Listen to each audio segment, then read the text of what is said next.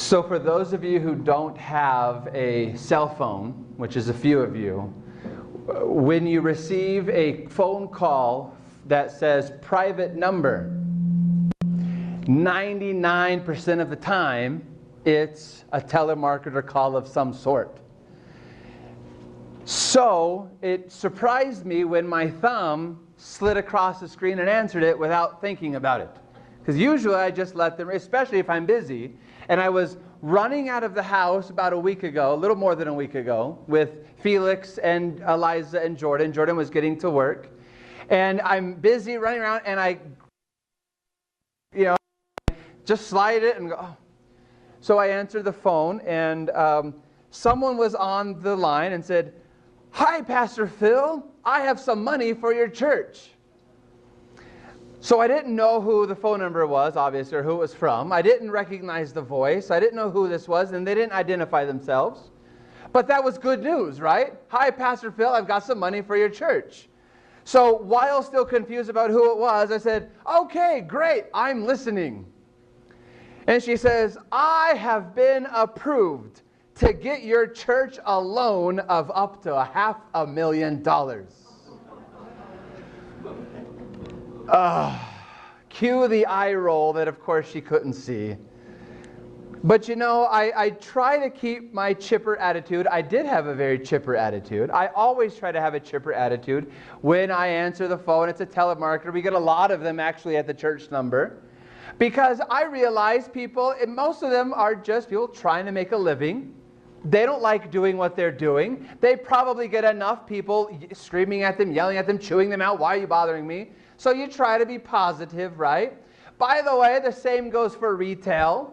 It's not Anya or Jordan or Sharon's fault when the cash register asks you 9,000 questions, right? They don't make those decisions, right? And you can see people in line getting upset and getting, and angry because they're in a hurry. They want to go. See, I just try to keep a chipper attitude because people are just doing what they can to earn some money, right? So I try to stay chipper, even though I realize this is going to waste my time. So I say, "Thank you. I appreciate that, but we are not interested this morning." So she continues reading what I assume to be her script. She says, "Let me ask you a question. How healthy are your church finances?" I very nicely, politely said, "Well, we don't need a loan. Thank you anyway, though. Have a nice day." I'm hoping to get off the phone at this point, right? Then she shocks me. My jaw hits the ground when she replies, "So your church has plenty of money then? So when people call me looking for a loan, I'll just give them your number and you'll give them money?" I'm assuming that at this point she's off script. So I start to stutter. What company are you with? So should I give them the church number, or should I just pass out your personal cell phone number to everyone? Wow. And at this point, I'm now on speakerphone, partly because I'm driving, but also because I want the kids in the car to experience what I'm experiencing, this roller coaster. And I say, "Wow, hold on. Let's start this over for a moment. What company are you with? Did you tell me that already?" "A financial institution in your area." "What area exactly am I in?" "Well, you're in Las Vegas, aren't you?" "No, we're not in Las Vegas. Which company are you with again? Have you told me that?" "Never mind, sir. That lady from the apartment complex said you would be interested, but now I'm totally confused. You obviously aren't the type of person I want to do business with." Now, of course, at this point, I'm confused as well. What lady in an apartment complex is passing? Now, this is my personal cell phone, right? I mean, business cell phone, but it's my own number.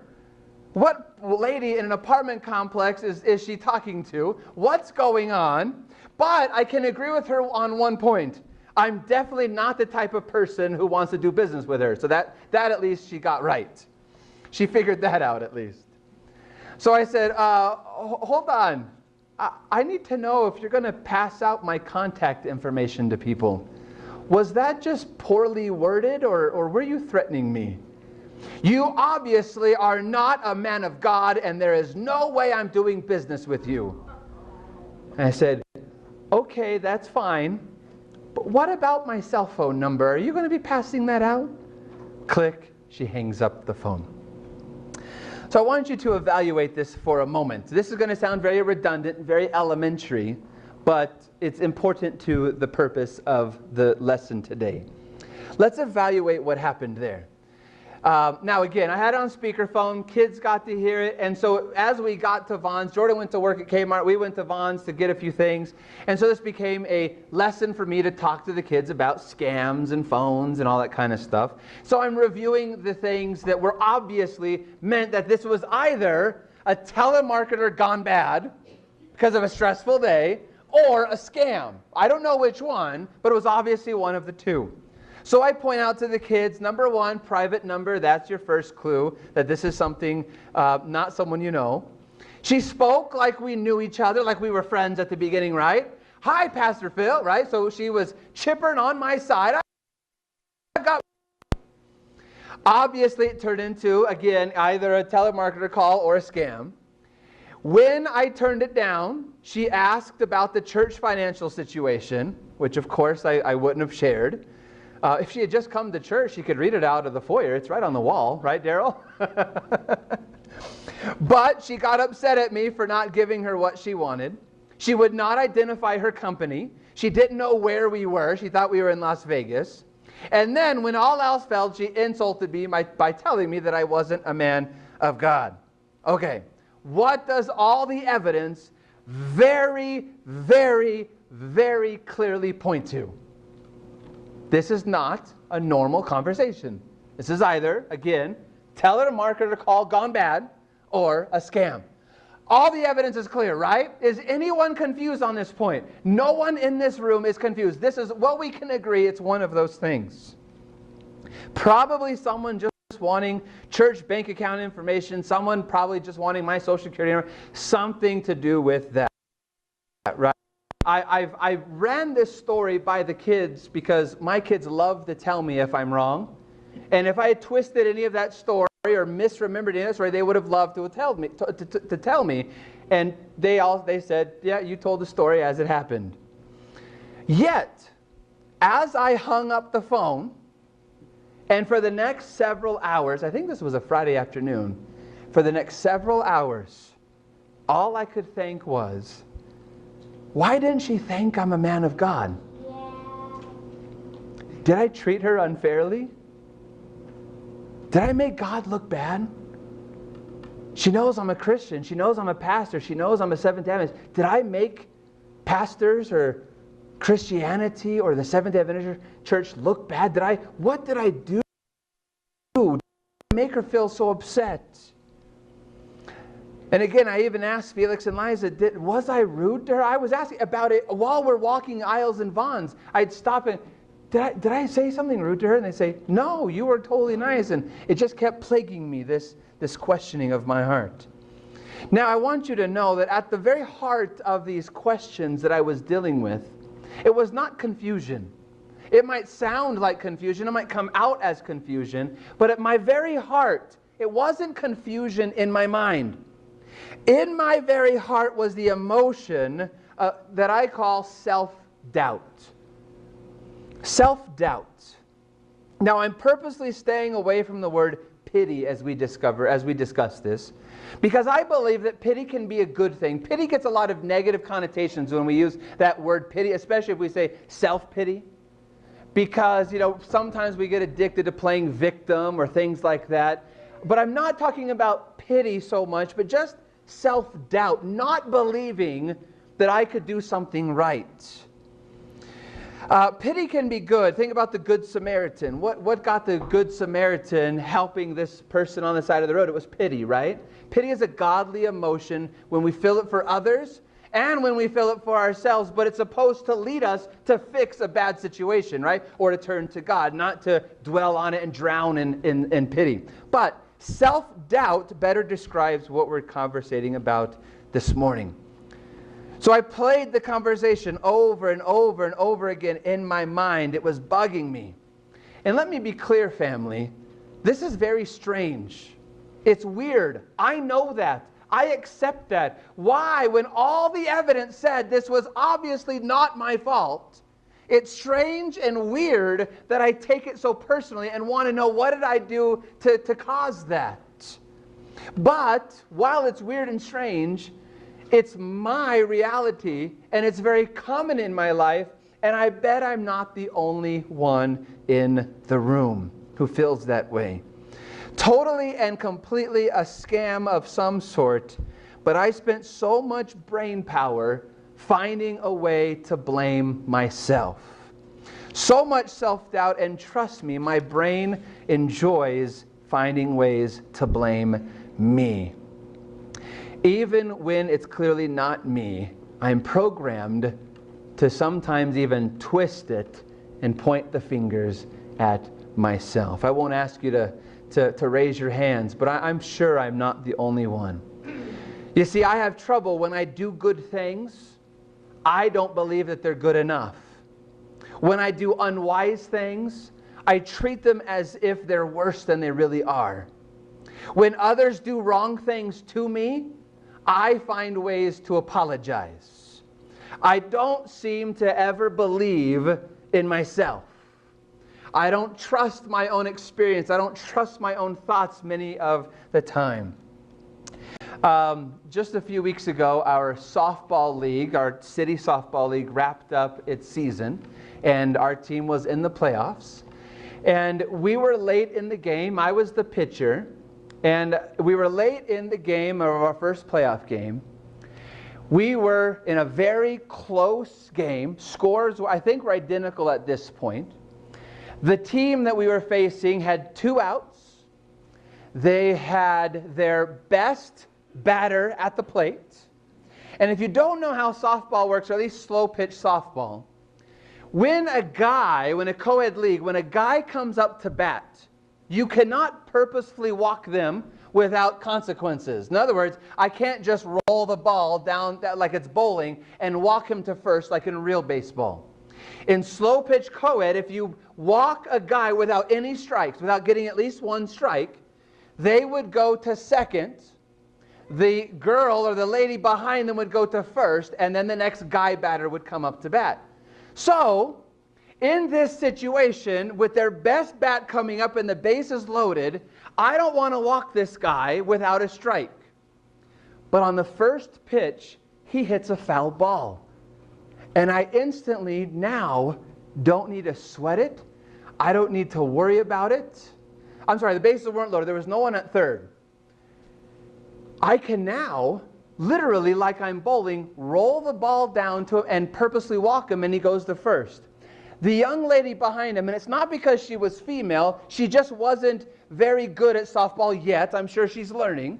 Every time she'd come up to bat, she'd barely hit the ball back to me, and I'd throw her out at first. So all the evidence is screaming at me. My experience, I've been around sports all my life. Everything is saying, walk this guy and pitch to the young lady behind him. As I'm walking back towards the mound, I mentioned this to another player on my team. I'm going to walk him and pitch to the young lady. And he says, no, you got this, you can pitch to him. And I walk to the mound, and I'm telling myself, walk him. But as I get there, and I kind of get in, I tell myself, no, so-and-so knows better than me. If he says I should pitch to this guy, I'm going to pitch to this guy. I lob the ball forward, and guess what happens? Crack! Goes flying over everybody's head. It didn't go out of the fence, but it landed at the fence, and this guy basically could have crawled around the bases, and they got a 3-run home run off of his bat. And we lost by those runs. It's not the fault of the shortstop. I don't even know whose fault it bringing that story was. That's how sometimes I think. I have to trust someone else, because if I believe this to be true, that must not be true. I don't know if I'm the only one here this morning who feels that way sometimes. Now, I do accept and I understand and I agree that we have to understand that we all have weaknesses and limitations, and we must rely on God. Let me be clear, though, this is not the scenario I'm talking about today. I'm not saying don't trust God, trust yourselves. This is not our focus, not our discussion. What I'm saying is that self-doubt is dangerous when it is a detriment to our self-worth. When we feel less valuable to ourselves, to others, or to God in our minds, that is when self-doubt can be very dangerous. I want you to read about our value. I know you know this verse, but let's get a good reminder. 1 Corinthians chapter 6. 1 Corinthians chapter 6. As I've been studying for this series, I keep laughing that the church is getting to see my personal counseling sessions every Sabbath. But I really feel that emotions are something we all struggle with. It's getting harder and harder to figure them out. So why not just be honest and say that we're all struggling with them? Amen. 1 Corinthians, Paul reminds us of our value. Chapter 6, verse 20. And of course, he's discussing the crucifixion of Jesus, the fact that Jesus, in his death, purchased us back. He redeemed us back from the life of eternal death with Satan. Paul says in verse 20, "For you were bought at a price. Therefore, glorify God in your body and in your spirit, which belong to who? Are God's." We were bought at a price. We have an immense amount of worth. What was the price that bought us? Can we put a number on it? Can it have a price tag? It can't, because it was the precious, spotless, perfect blood of Jesus, which stood in our place. We are as valuable to the universe as Jesus Christ. I'm not saying we're as important, but we are as valuable because his blood substituted in for ours. We are priceless. And guess what, everyone? I'm not just the only one priceless, but everyone around me. You're not the only one who is priceless, but everyone else is around you as well. Our neighbors, our spouses, our people in our relationships, our children, our grandchildren, our siblings, our enemies, the guy that just cut us off on the road, whoever it is also valuable. Or valueless, I mean, in terms of you can't put a price on the life. But he says here that we are called to glorify God in our physical, our body, and our spirit, which is our mental, which is our emotional side. We are to glorify God in our body and our emotions. And as Adventists, we do a great job, or at least we're supposed to do a great job with that first part, right? We all know the health message. When we say the health message, though, many times we're talking about our physical health. But our emotional health is just as important, and mentally and emotionally, we are called, because of our value, to glorify God in our minds. You may have heard in the news this week about George Bush Sr., or the ex-president. His doctor, his heart surgeon, was murdered. Apparently he was riding his bike, and a man on a bike came up behind him, passed him, got in front of him, and then turned around with a gun and shot him. The man, and it took some time, it's been in the news quite a bit, but it took a couple of days until they figured out who this man was. And apparently this man blamed this doctor for the death of his mom on an operating table 20 years prior. And when the police, they had a manhunt, I think, for about 24 hours. I think the news broke on Thursday, and they discovered the man yesterday, and one police officer walked up on him, and he had a vest, bulletproof vest on, and he had a gun and some ammo, and it seemed that he was ready for a shootout and ready to run. But then a second cop showed up, I think behind him, and at that point this man turned the gun on himself and committed suicide. He didn't find value in this doctor. He apparently didn't find value in the first police officer because it looked like he was ready for a shootout. But sadly, there are far too many people in this world who don't find personal value and understand that our lives are priceless and important because Jesus has bought us at a price. It's difficult sometimes, though, to put that into action because I bet this is not new news to anyone this morning. We know this, we cherish this, but sometimes it's hard to put it into action. I hope this morning, before we go eat a wonderful, delicious potluck, that we will figure out how to make this practical, how to put it into action. I want to get back to the story of Paul and the Philippians. So just a quick basic review. Part 1, we learned that Paul wrote the letter to the Philippians to cheer them up.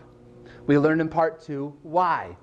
They were very distraught and sad because, 1, Paul had ended up in prison in Rome, and 2, they had sent him Epaphroditus, their beloved deacon, elder, friend, someone. They sent him to them, and when Epaphroditus was ministering to Paul in prison in Rome, Epaphroditus got very sick to the point of death.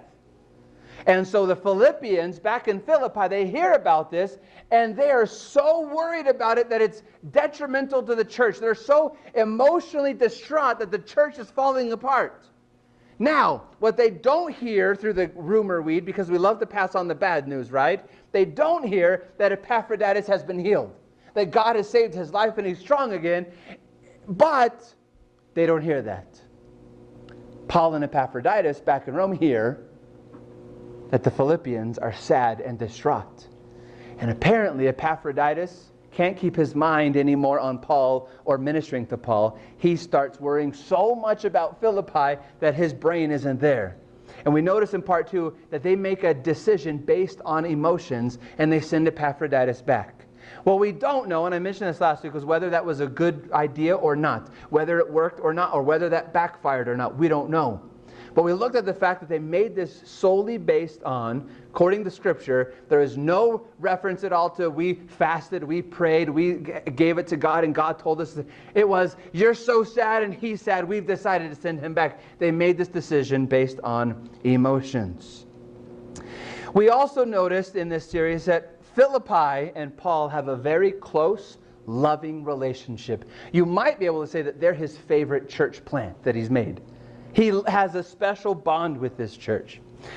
So you might think then that they have this tight-knit relationship because things have always been great for Paul and Philippi. Well, that's not necessarily true. Turn with me to Acts chapter 16. Acts chapter 16. This, of course, is years before he is arrested in Rome. This is when he first is planting the church in Philippi. So long before Epaphroditus, long before his jailed cell, long before he writes the letter to the Philippians. We have a story in Acts chapter 16 that we're going to discuss next time in part 4. But basically, Paul heals a young girl, and the town turns on him and casts him into prison in Philippi. And it's not just that he's put in prison, he is tortured. And you know, when you read this story out of Acts of the Apostles, you learn that it wasn't just a few lashings.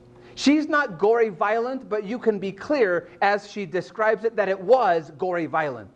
They were really tortured, badly tortured, really gross. And we'll get into a little bit more in part 4 next time.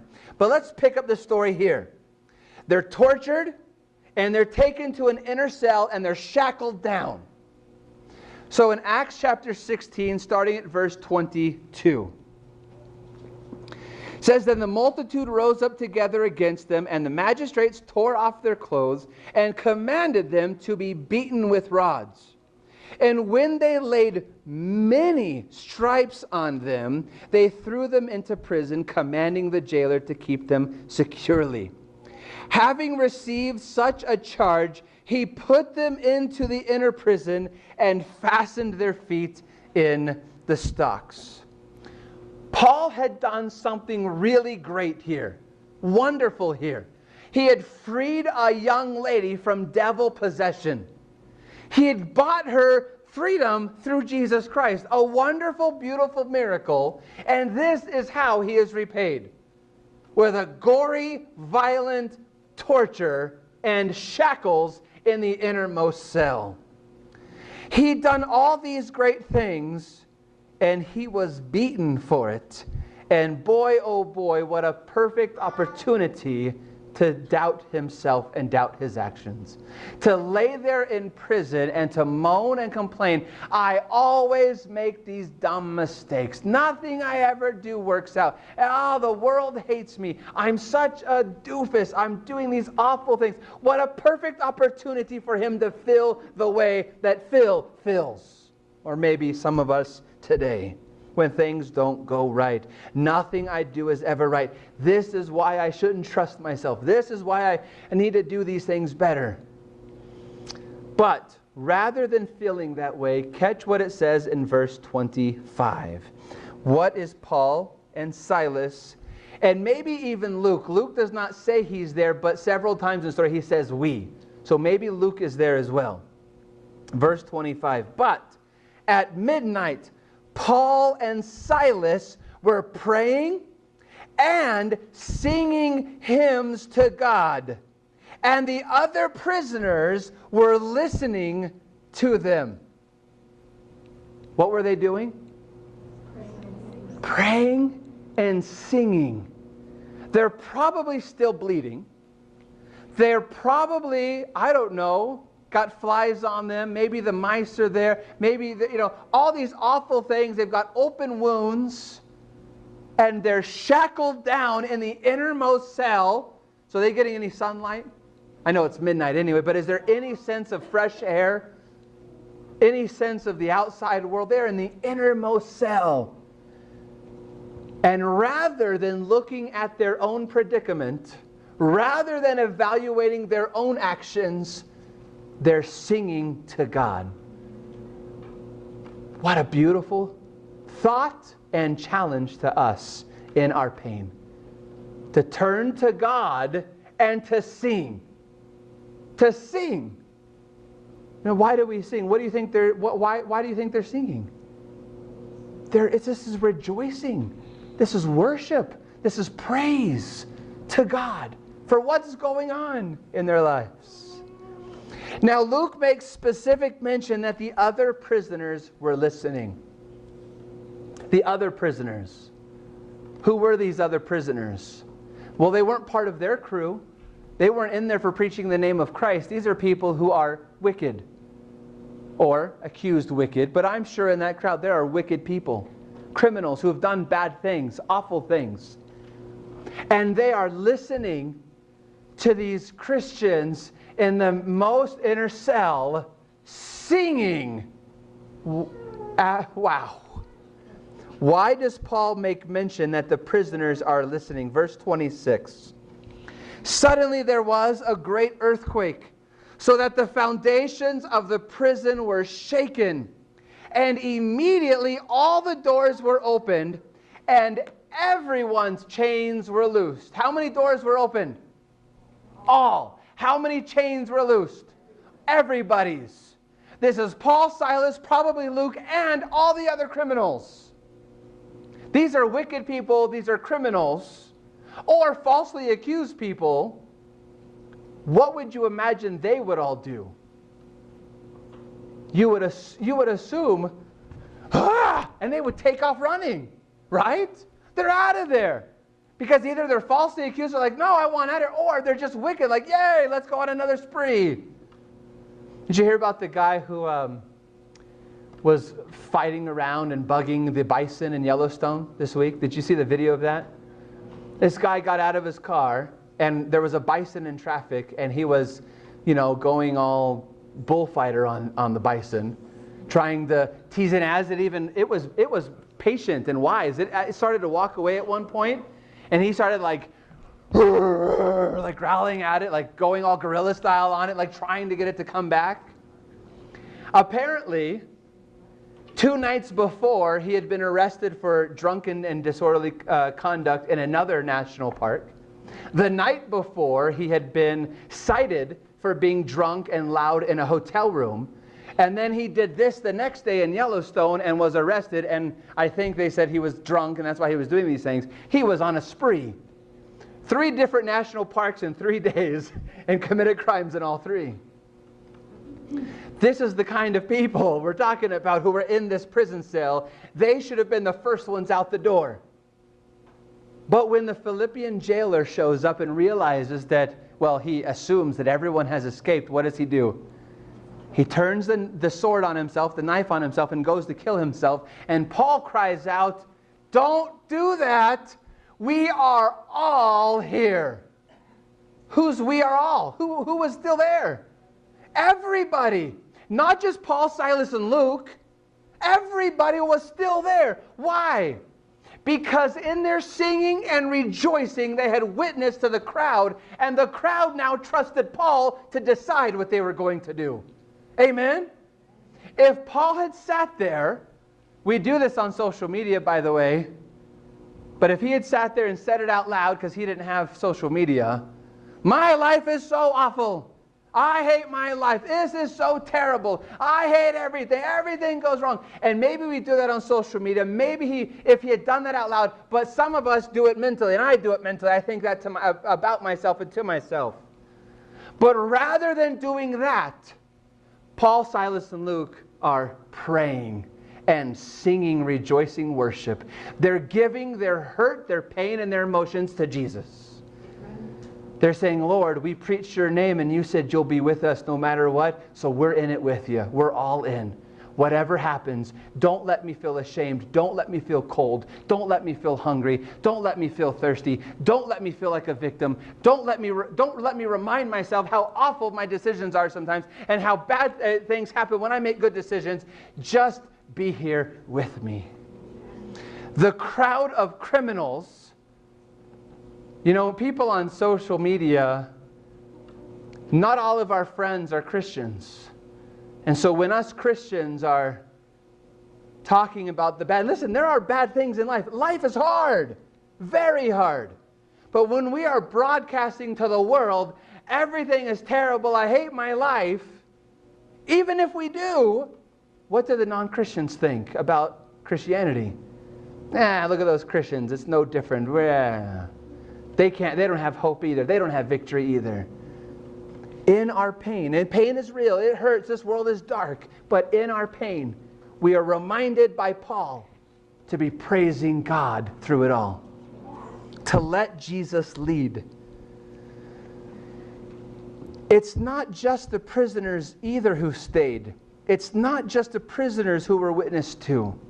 Because that very night, the man that tortured them, the story, by the way, doesn't say that the jailer is who tortured them, but Ellen White adds that in Acts of the Apostles. It's the jailer who tortured them, who beat them and gouged them and punched them and derided them. The jailer himself who did this is baptized, he and his whole household.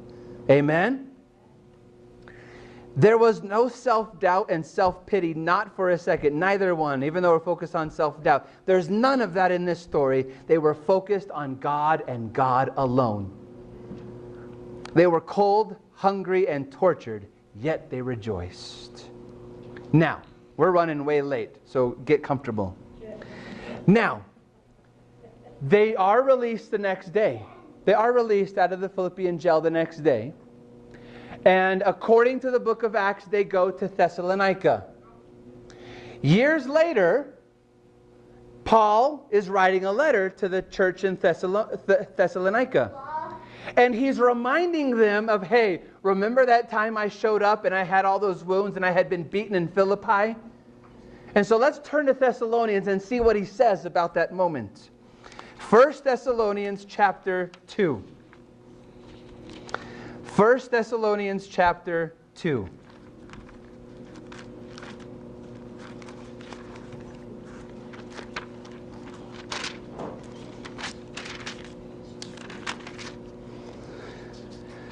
And he's reminding the Thessalonians about this time he showed up, planted their church, and he's reminding them that he had just come from Philippi where he had been tortured and jailed. Notice what he says. 1 Thessalonians chapter 2, starting at verse 1. Verse 1, "For you yourselves know, brethren, that our coming to you was not in vain. But even after we had suffered before, and were spitefully treated at Philippi, as you know, we were bold in our God to speak to you the gospel of God in much conflict." What emotion did they show up with in Thessalonica? Boldness.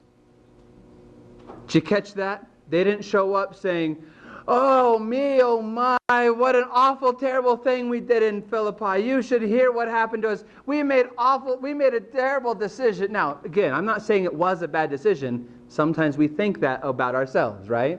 They didn't show up with self-doubt. In fact, they showed up with the opposite. Boldness to preach the gospel. Verse 3, "For our exhortation did not come from error or uncleanness, nor was it in deceit." Rather than feeling self-doubt, rather than coming and finding, "Oh, you guys, take care of me. We've been beaten and awful. We need a break. Please help us. We're victims. You can't believe what the Philippians did to us. How awful they treated us. Please just give us some food and take care of our wounds." No. They showed up bold in their conflict, and they preached the gospel. And they did not point to error or uncleanness or deceit. They simply glorified God in their weakness. Why? How could they do that? How could they put that aside? You know, I really believe, and I battle this, I really believe that this world, because of social media, but I'm sure it was around before, I think there's a new addiction in this world. There's alcohol, there's smoking, there's this, there's that, there's pornography, there's lots of addictions. I think this world is becoming addicted to being a victim. We love the pity and attention other people will give us. Now, to a point, it's okay, because it's nice to have people who love us and cheer for us and pick us up, right? Whether that's birth family, blood family, church family, that's okay. But when we become addicted to it, now, when an alcoholic is addicted to alcohol but doesn't have alcohol, what do? They go find some alcohol. When someone who's addicted to tobacco or marijuana or any other drug or prescription drug, and they don't have any, what do? They go get some. Anyone in the medical field knows that there are people who show up and say they have this injury, this pain, that pain. They don't. They're looking for, or maybe their body has created that pain because they're looking for drugs, right? They're looking for prescription drugs. When we don't have the thing we feel we need, we go find it. So when we become addicted to being a victim, we make decisions and we make things bigger than they are because we're looking to be a victim. We create a lifestyle where we hurt ourselves and those around us because we're wanting to be a victim. This is not what Paul does here. He says, we were bold and we preached the gospel. How is that possible, Paul? Well, he tells us in verse 4. But as we have been what, church family? Approved by God to be entrusted with the gospel, ... It's a great verse, but for time we'll cut it there, because the phrase that I want you to pay attention to is we were approved by God. Where did Paul find his value? In God. Where did Paul find his purpose? In God. Where did he find his mission? In God. Where did he find the strength to be bold? In God. He was approved of God, and he lived his life knowing God is with me. God will take care of these issues. God will take care of the pain. God will take care of my personal issues, my emotions right now. I'm approved by God. These thoughts and emotions, by the way, are not sinful. They're natural. For a lot of us, it comes naturally. But we have to battle back at them and restrain them. No, this is what we need to tell ourselves. No, I'm not going to think about that. No, I'm not going to wander my mind into that. By the way, for young men or men dealing with pornography, where does the battle start? Here. No, I'm not going to look at that. No, I'm not going to fantasize about that. One of my favorite scenes in Fireproof, if you've seen that movie, is when he's looking at boats. And all of a sudden this ad pops up, and it's, a girl who's scantily dressed. And it's tempting him. And not that I'm telling you to go throw all your stuff out, but what does he do? He takes it outside with a baseball bat, right, and beats the computer up. He's like, no, I'm not going to think of that. I'm not going to go down that road, right? It was an extreme measure to prove a point of we've got to tell our brains, no, we're not going to do that.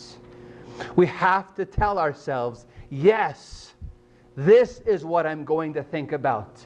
Yes, this is how I'm going to feel. Yes, this is what I'm going to do because, yes, I'm approved by God.